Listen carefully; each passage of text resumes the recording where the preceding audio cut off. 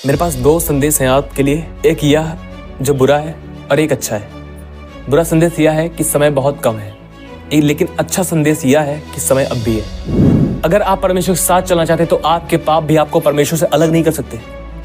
इस दशा में आप केवल परमेश्वर एक कदम दूरी पर हैं, एक कदम, केवल एक कदम पश्चाताप करें, आप अपने आप को परमेश्वर के करीब पाएंगे अगले ही पल। उसके लिए बहुत ज्यादा टाइम नहीं लगेगा, बहुत ज्यादा समय गुजारो आप। उसके बाद आप 10 दिन की फास्टिंग रखो, 15 दिन की फास्टिंग रखो, उसके बाद आप प्रभु के करीब जाओगे। नो, वो वहीं पर है, आप उससे दूर चले गए थे, बस आप लौट कर आओ। परमेश्वर आपसे ये नहीं कहता कि आप सब कुछ करके आओ। आप कंगाल हो गए, आपके पास कपड़े नहीं है। हमारे पास कपड़े नहीं है, हम कंगाल हो गए, अब क्या करें? राजा के पास जाओ ना, राजा के पास सब कुछ है बहुतायत से।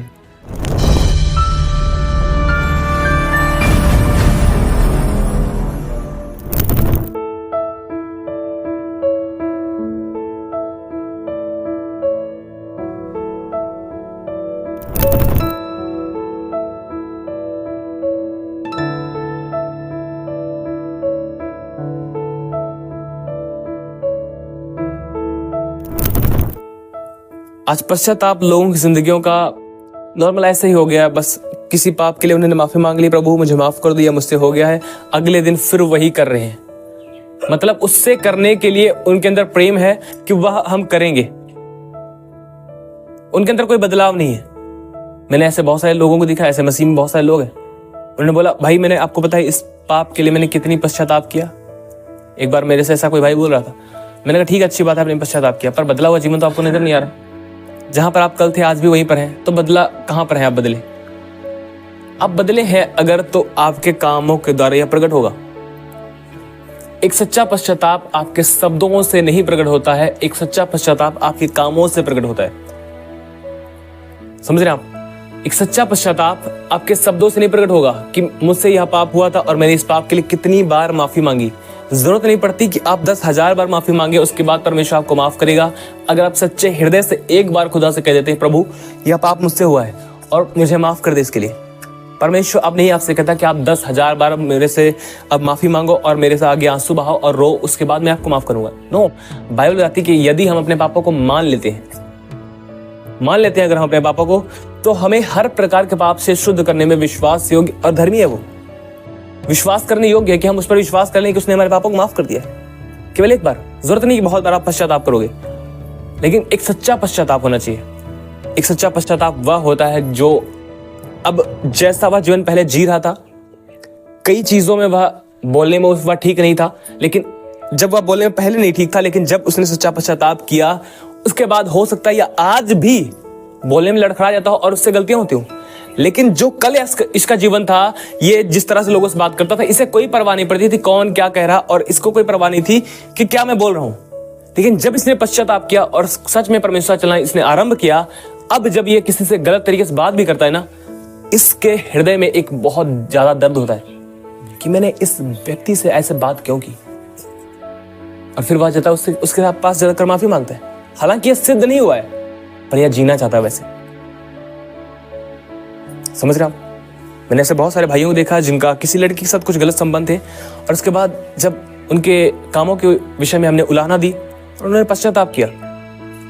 कल भी वो पाप से प्रेम कर रहे थे, और जब उन्होंने पश्चाताप किया, आज भी वो उसी पाप से प्रेम कर रहे हैं। इन्होंने कहा मैंने बहुत माफी मांगी इस बात के लिए। तो मैंने कहा आपने माफी मांगी, क्या आपका जीवन बदला है? क्या अब आप उन कामों से दूर हैं? क्या आप उस भाई से, उस बहन से आप दूर हैं? नहीं, आपका पश्चाताप झूठा है। बाइबल के अनुसार यह पश्चाताप नहीं है, यह आपका अपना हो सकता है, आपकी इच्छाओं को जागृत करने वाला हो सकता है, लोगों के बीच में दिखाने वाला हो सकता है कि मैं यह पाप किया, मैंने यह पाप किया है और इसलिए मैं माफी मांग रहा हूं, यह दिखाने वाला हो सकता है। लेकिन परमेश्वर इस पश्चाताप से कुछ भी संतुष्ट नहीं होता है। जब यूहन्ना ने प्रचार करना आरंभ किया, यूहन्ना ने प्रचार किया, हे सांप के बच्चों, तुम्हें किसने जता दिया कि तुम आने वाले क्रोध से भागो, अतः मन फिराओ कि योग्य फल लाओ। Easy to read version translate में जब आप पढ़ेंगे इस वचन को, वहां पर लिखा गया है तुम्हें अपने कामों के द्वारा प्रमाणित करना होगा, तुम्हें एविडेंस देना होगा, तुम्हें एक सबूत देना होगा अपने कामों के द्वारा तुमने मन फिरा लिया है।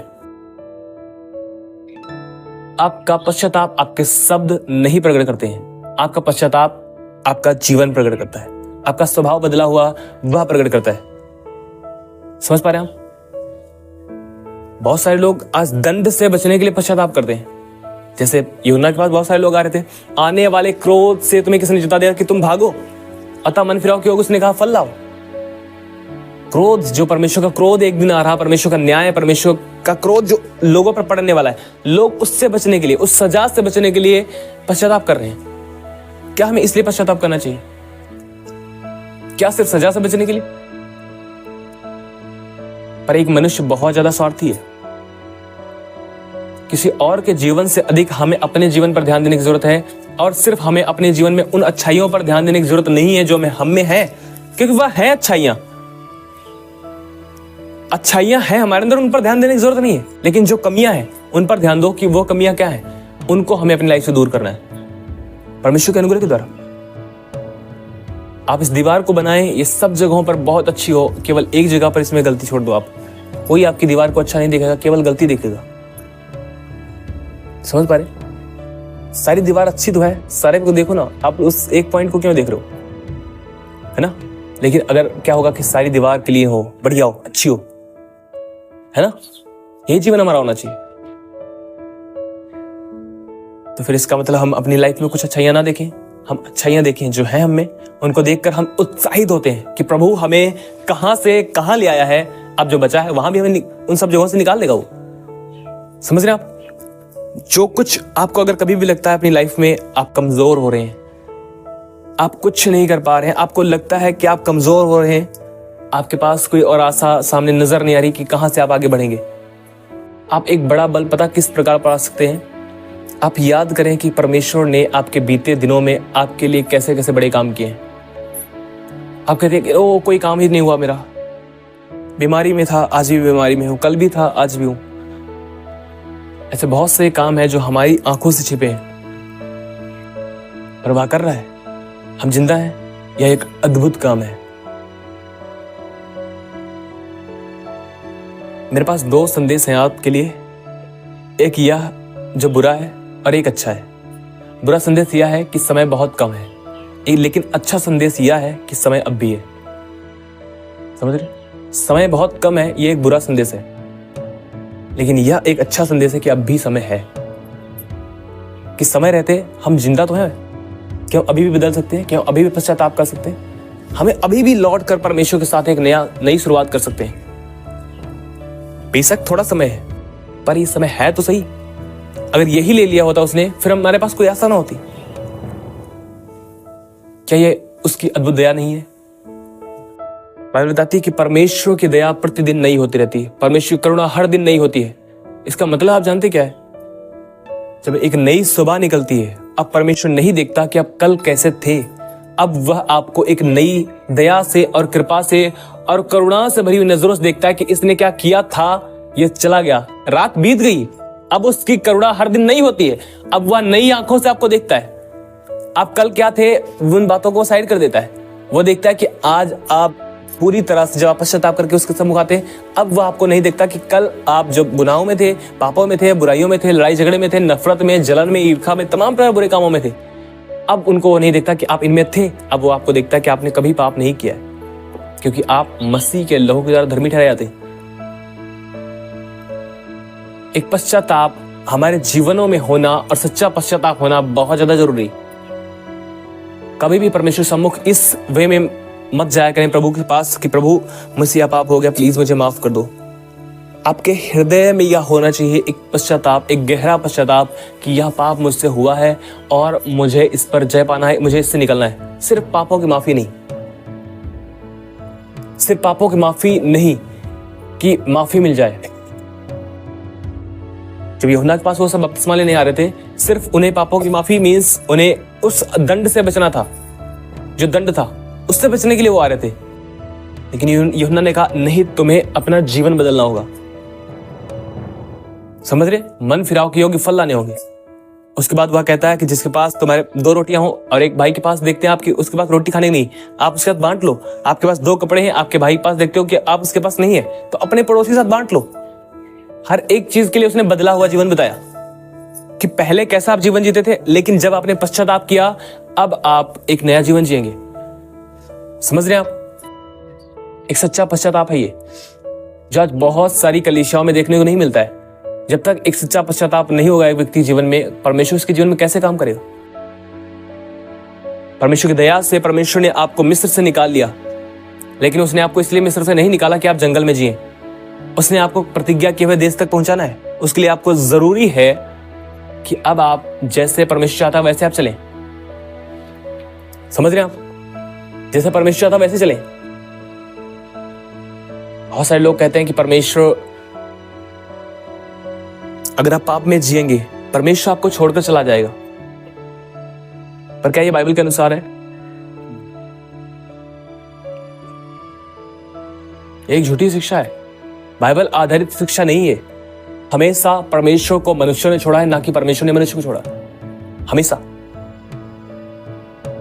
कभी भी नहीं है परमेश्वर एक व्यक्ति को छोड़कर जाता, हमेशा मनुष्य परमेश्वर छोड़कर जाता है। आप बाइबल को स्टार्टिंग से पढ़ के देख लो, उत्पत्ति से लेकर प्रकाशित वाक्य तक आप पढ़ के देख लो, सदैव परमेश्वर को लोगों ने छोड़ा है, ना कि परमेश्वर ने लोगों को छोड़ा है। समझ रहे हैं आप? केवल परमेश्वर को लोगों ने छोड़ा है, परमेश्वर ने कभी नहीं छोड़ा।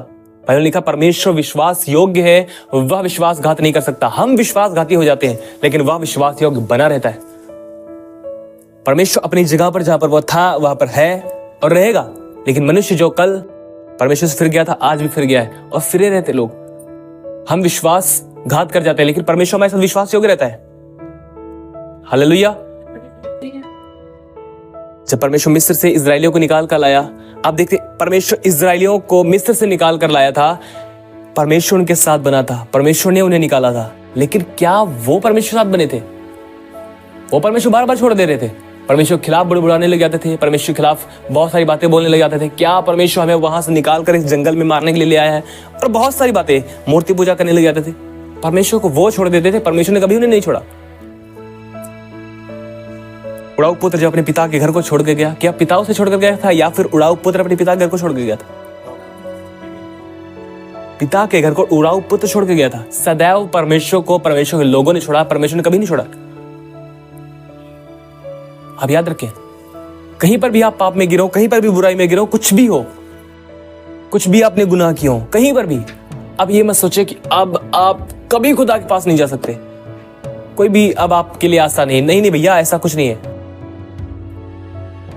परमेश्वर के लहू, परमेश्वर के पुत्र खुदावंद यीशु के लहू में इतनी सामर्थ्य है कि आपके पाप में उतनी सामर्थ्य नहीं है। मैं एक बात कहता हूं, आपके पाप भी आपको परमेश्वर से अलग नहीं कर सकते। अब आपको ये लगेगा ओ ये तो बहुत आसान है, बहुत इजी है, मतलब पाप भी कर सकते हैं और परमेश्वर साथ भी चल सकते हैं। नो, ऐसा नहीं है। अगर आप परमेश्वर के साथ चलना चाहते हैं तो आपके पाप भी आपको परमेश्वर से अलग नहीं कर सकते। इस दशा में आप केवल परमेश्वर एक कदम दूरी पर हैं, एक कदम, केवल एक कदम पश्चाताप करें, आप अपने आप को परमेश्वर करीब पाएंगे। अगले ही पल, समझ रहे?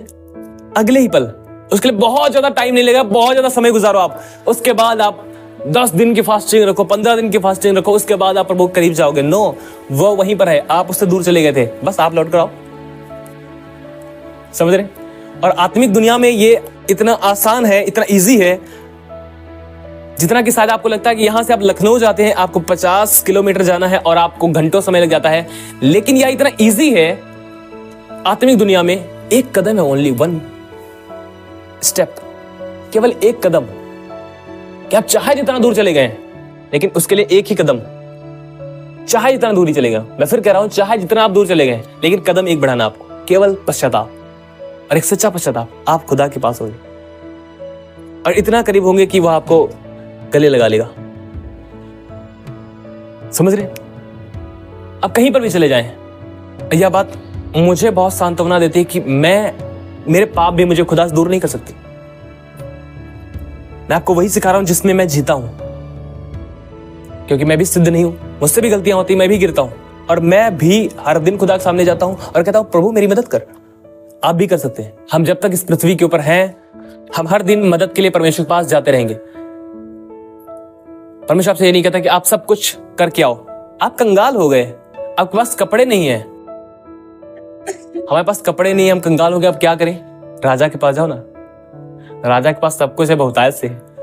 समझे? अगर आपके पास कपड़े नहीं, वो आपको बहुत अद्भुत कपड़े देगा जो धार्मिकता से रचे हुए हैं। इन बातों को याद रखें। एक हमारी जिंदगी में सच्चा पश्चाताप होना बहुत ज्यादा जरूरी है। Hallelujah, hallelujah. अगर सच्चा पश्चाताप नहीं तो सारी सेवकाई, सारी मिनिस्ट्री, सारा दान दिया गया, सब कुछ जो हमने किया है वह सब कुछ व्यर्थ है। क्योंकि जब हमें परमेश्वर ने स्वीकारा, हम जैसे थे वैसे हमें स्वीकारा, लेकिन जब उसने स्वीकारा उसके बाद अगर हम गिरते हैं तो हमारे लिए जरूरी कि हम पश्चाताप करते रहें। एक दिन नहीं, करते रहें। हमें हर दिन करना पड़ सकता है, और हर दिन, हर समय, जब कभी भी आपको लगे आप गिर रहे हैं, आपने ठोकर खाई है किसी भी तरह से, आपने बोलने के द्वारा, सुनने के द्वारा, देखने के द्वारा, किसी भी प्रकार से, आपको तुरंत पश्चाताप करना है। तुरंत। दंड से बचने के लिए, दंड तो ऑलरेडी उसने खत्म कर दिया। प्रभु यीशु मसीह ने कहा, मैं दंड देने नहीं आया, मैं जीवन देने आया हूं। समझे? ये बात हमेशा याद रखना। मसीह यीशु दंड देने नहीं आया था। लेकिन अगर हम खुदा से दूर होकर चलते रहेंगे तो यह ठहराया गया है कि अंत में उनके लिए दंड है। समझ रहे? लेकिन जब तक आप इस पृथ्वी पर हैं, अगर आप अभिलाषी हैं उसके साथ चलने के, आप पश्चाताप करें, उसके साथ चले, हर दिन पश्चाताप करें, हर दिन अपना हृदय साफ रखें, हर दिन अपने आप को अंदर से परखें, क्या आपका हृदय अभिलाषा करता है, किन चीजों की ओर वह लालसा करता है, संसार की ओर या खुदा की ओर। शरीर आपका हमेशा संसार की ओर आपको ले जाएगा, लेकिन आत्मा आपको परमेश्वर की ओर ले जाएगा, और आत्मा में आपको मजबूत होना है। हालेलुया।